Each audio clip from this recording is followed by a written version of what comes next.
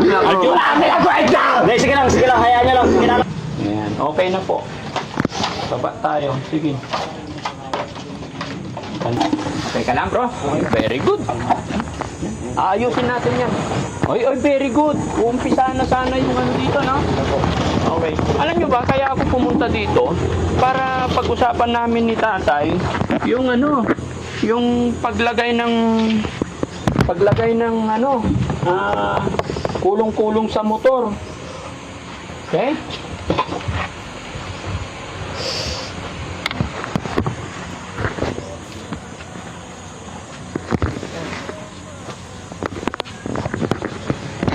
Okay ka na? Gusto mo pa uminom ng tubig? Ba nagutom si Aljon. Asan na yung ano? Yan. Hindi, ito may dala kong kakanin. Kain kayo. Ito, pwede to. Kain ka na lang muna, Aljon, saka tayo mag-usap, ha? Sige, sasabayan ko rin kayo, pwede ako tumabi sa inyo. Yun, very good. Kuha ka kutsara. Panalig, huwag maputol. Oo. Sabi. Oo. Ito, kutsara. Na? Kain kayo. Dala ako ng ano. Kasi kagabi pa hindi kumain tayo. Si Aljon. Kailangan, kaya sabi ko importante yung ano pagkain. Aljon, relax lang. Kain muna tayo, bago tayo mag-usap, ha? Sige lang, kalma lang. Ha? Okay, naiintindihan kita, anak. Ha? Okay? Yung kanin. Ito na lang muna tayo, merienda, para ano, para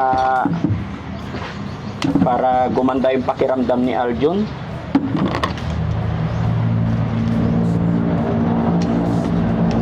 Tikoy pala to. Kala ko kasaba. Tikman mo, Aljon, ha? Kain ka muna. Magutom yan. Kasi kagabi pa hindi kumain. Kain ka. Kasi nandali na rin. Ha? Kalma lang, ha? Sige lang, kain ka. Yan, kuya, kain ka din. Ito, mayroon ding puto. Yan, Paul, dito ka. Tabi ka kay tatay. Dito ka. Ayan, tabi kayo. Sige na, kain kayo. Sige tayo, kain ka dyan. Ano lang to mga kababayan, medyo nagutuman si Aljon. Sa mga ganitong sitwasyon mga kababayan, kailangan tayo po ang umunawa. Ito yung lagi kong sinasabi, hindi nila gusto kung ano nangyayari, hindi nila sinasadya. Sadyang may pagsubok pinagdadaanan. Lawakan pa natin ang ating pag-unawa mga kapatid, mga kababayan.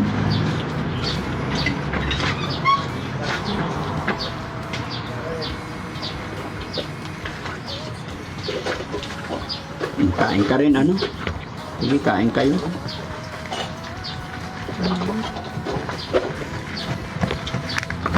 Okay lang dyan, okay lang. Huwag ka mag-alala, kasama mo ako. Hindi ka nag-iisang lumalaban. Akong bahala sa'yo.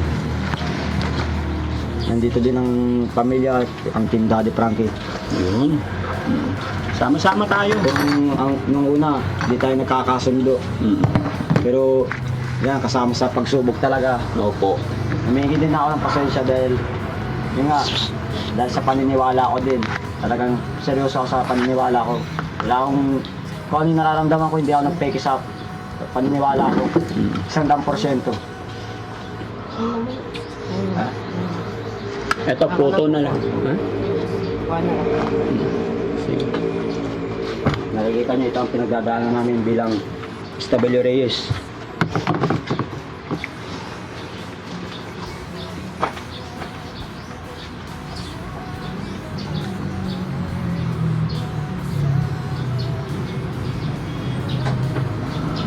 Sige tayo, kain lang tayo. Wala kung paano kayo mapaliwanag ang takbo ng ano. Kaya yung buhay ng mga anak ko. Habang malayo ako, 3 taon, habang malayo, habang sa loob ng 3 taon. Hindi ko alam na ganito ang pinagdadanasan nila sa mga taong nakapalibot sa kanila. Imbis na kalalagayan namin mga musta o magmalasakit, nangungutya pa sila. Wala naman akong pinakita sa kanilang masama. Tay, yung mga naririnig mo sa paligid, tibayan mo pa. Si God, ipagpaubaya natin kay God. Ha? Si God ang nakakaalam ng lahat. Naintindihan ko. Sa pakikisama ko sa kanila, kahit yung mga anak ko, hindi ko pinapansin. Ibig ko sabihin, huwag lang kami magkaroon ng ano rito, yung parang tampuhan sa mga kapitbahay. Kahit yung mga anak ko na gusto kong ipagtanggol, hindi ko may ipagtanggol dahil sabi ko, may intindihan din tayo niyan, mga yan, tao. Oo. Pero yung nangyari kagabi na nabigla ako, sabi ko, bakit biglang nagkaganon? Kain ka pa para magkalaman yung tiyan mo. Alam ko, walang laman yung tiyan mo eh. Sige. Sa oras na to, pag-uusapan natin kung paano mapapaganda palalo, ah. Okay lang ilabas yung sama ng loob para hindi sumabog. Yeah. Ano lang kasi tagal na rin namin na nagtitikpi. Ngayon Oo. talagang nung naipon talaga para sa amin kapag hanggang kaya namin na pagtimpin o para sa amin kapag naipon yung problema isang bagsakan. Ito na yun. Kanya kami ng bagsakan. Pumutok siya, pumutok din ako. Dahil nga sa ginagawa sa amin ng mga tao, mga kapitbahay, kinukutya kami. Kapit nga namin, kahit si John Paul nagtatrabaho din. Isa din to na pinapayak din na ginagawa niya yung serbisyo niya, tapos may naninira sa kanya na umuwi ka na, wala kang ginagawa. Yan ang sinasabi sa kanya, naiyak din to. Bilib din ako dito na kapag hindi kami nakapagtrabaho, wala kaming pagkain, ito nagtatrabaho din.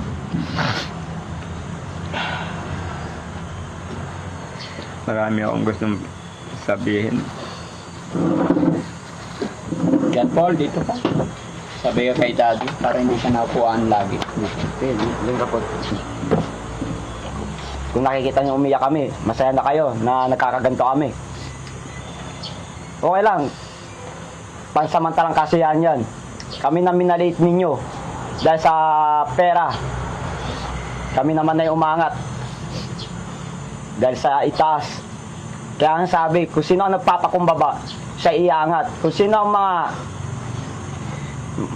nasa itaas na mayabang, binababa na, nangyayari na. So yun lang.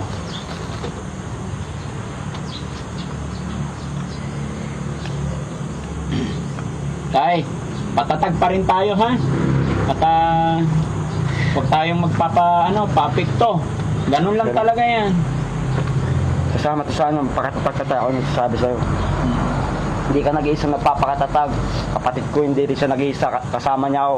Itong pamilya na to, magtulungan tayo. Hindi natin kailangan mag-away. Kapag nag-away tayo na yung kinukutya, mag-away pa tayo. Kawawa tayo. Oh yes, tama. Talo tayo. No? Kailangan magkaisa tayo. Di ba, Aljun? Okay ka lang? Alam ko hindi naman kayo nag-aaway-aaway. Opo. Magkakaayos Kain ka naman, mga ayos naman kayo lahat. Dahil Kung gutom ko. naipaliwanag ko sa inyo ang tama at mali. Pero ang naging resulta, Alam ko magulo para sa'yo, nalilito ka rin. Pero alam ko yung kasagutan. sa mga nakapalipot nga kamo sa buhay natin, ganyan ang inabot nyo.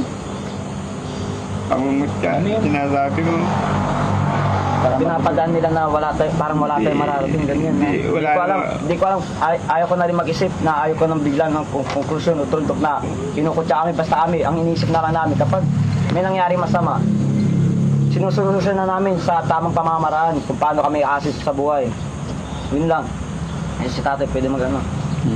Basta pakatatag pa tayo kasi susunduin pa natin si nanay, di ba? Baguio, kasama si Kuya RJ. Kaya pag nandito na yung nanay nyo, nandito na si RJ, magiging maayos na yan. Mas marami kayo, mas malakas ang pwersa. Basta ang gagawin ninyo, wag pakinggan yung mga naririnig yung kapitbahay. Hayaan yung si God ang huhusga sa kanila. Dahil sa totoo lang, kahit sino man sa atin, walang karapatang manghusga sa ating kapwa. No? Kaya pag may mga nakikita kayong ganun, hayaan nyo na lang. Okay. Sige na, kain ka na. Hayaan mo na. Hindi ito si Daddy Frank, hindi ko kayo pababayaan. Ha? Ka lang? Anong gusto mong sabihin kay Daddy Frankie? Anong gusto mong gawin ko para gumaan yung pakiramdam mo?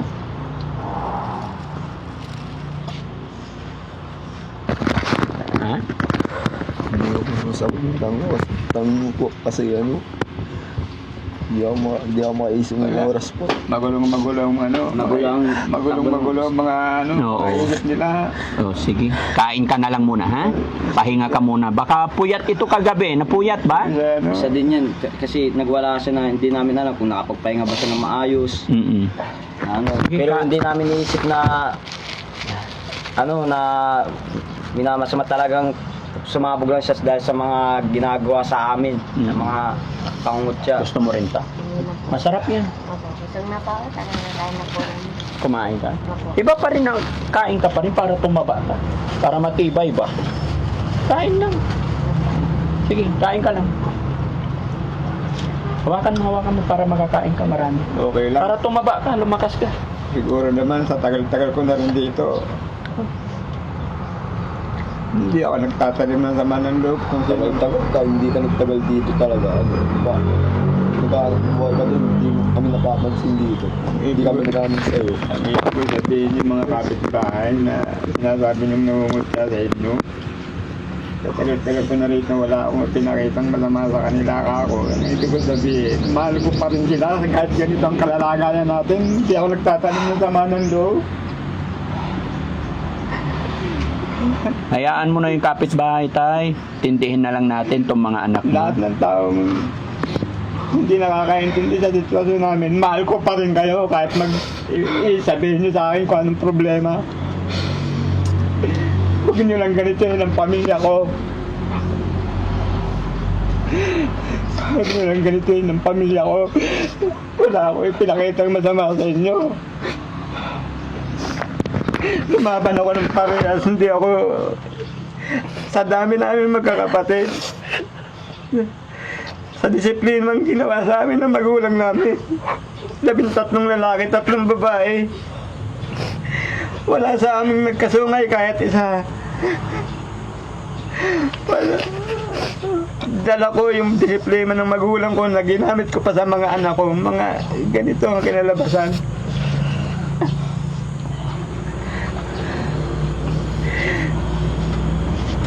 Ako, nag-iisa lang ako sa mga kapatid kong nabibilang na binigyan kami ng kahihiyan sa tao. Humarap kung naiintindihan yung salitang kahihiyan.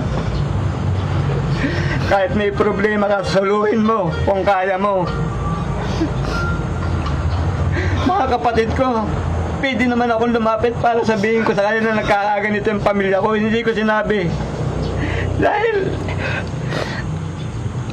Dahil yung kahihiyan nga, na alam nilang napakasipag ko rin. Isa rin akong napakasipag na tao. Kaya kong buhayin ng pamilya ko. Kahit sa anong paraan, basta parehas lang. Mga kapatid ko, magsalita na ako dyan, darating ang tulong sa akin. Pero hindi ko ginawa dahil ang alam ko nung kinakamusta ko yung mga anak ko, sabi nila okay pa. Tinatago nila sa akin ang problema. Bigla na lang nakita ko na sa videos nahawakan na sila ni Daddy Frank.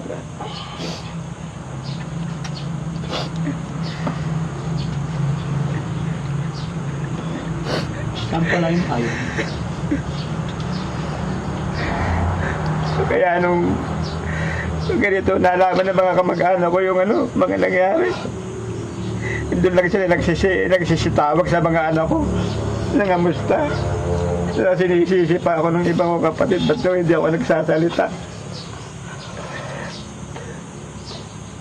Sabi ko, yun ang disiplina ang binigay sa atin ng magulang. Pag kaya mo, tiisin mo. Kaya natin to. Inom ka pa tubig. Gusto mo? Inom ka tubig. Kaya natin to. Huh? Alam ko malakas ka. Yan, inom ka tubig. Tayo, inom ka tubig tayo. Kung ganyan pala yung binabanggit sa akin ng pangatlo kong anak, tungkol kay Aljon. Nakaiisip niya yung mga nangyari sa kanya, ganyan pala siya, magwawala pala siya. Kagabi ko lang naramdaman. Hanggang ngayon. Yung pangungutya sa kanya, hanggang sa pambubuli ng mga kaklase niya. Pero tayo ngayong nandito ka na, hindi na po mangyayari yon. Kasi nandito ka na po, ano? Sige na, hayaan mo ka na mayak tayo. Kaya natin to. Hanggat kaya ko, hindi ko kayo pababayaan. At least, ngayon alam mo na, no? Nandito ka na mapoprotektahan mo yung mga anak mo. Nandyan din si Polivic na panganay, hindi niya kayo pababayaan. Tama. Tama yung sinabi ni Polivic, hindi kayo magkakaaway, magkakampi kayong pamilya.